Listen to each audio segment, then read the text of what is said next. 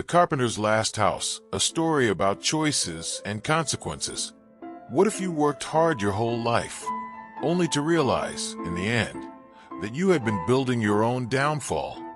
This is the story of a master carpenter, a man who built homes with pride and skill. But when he was asked to build one last house, he made a choice that he would regret forever. And the worst part, he didn't know it until it was too late. For many years, there was a man who built houses. His name was Taro, and he was known for his strong hands and careful work. Taro had spent his whole life as a carpenter. He built houses for others, beautiful, strong homes where families would live for years. His work was his pride, and he was respected for it. But time passed, and Taro grew old. His hands, once steady, now trembled. His back ached after a long day. He was tired. One morning, he walked to his boss and said, "Sir, I have worked for many years. I think it is time for me to rest. I would like to retire." The boss nodded. He knew Taro was a good and honest worker. But then he made one last request. "Taro, I understand. But before you go, could you build one more house?" Taro sighed. One more house. He had already made up his mind to stop working. His heart was no longer in it. But he respected his boss, so he agreed. "All right, sir. I will build one last house." But this time, Taro did not work as carefully as before. Instead of the best wood, he used cheaper materials. Instead of taking his time, he rushed through the work.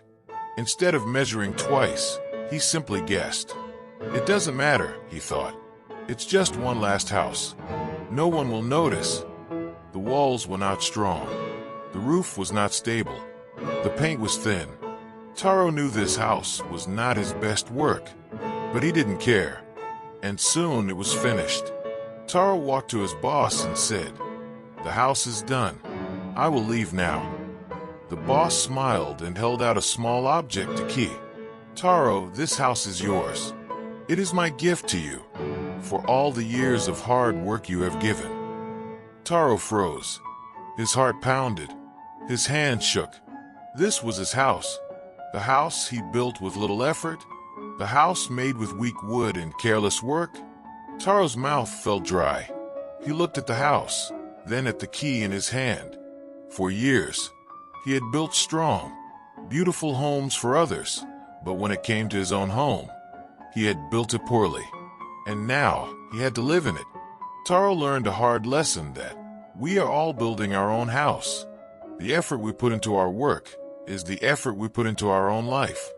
Every choice we make, every job we do, it all comes back to us in the end.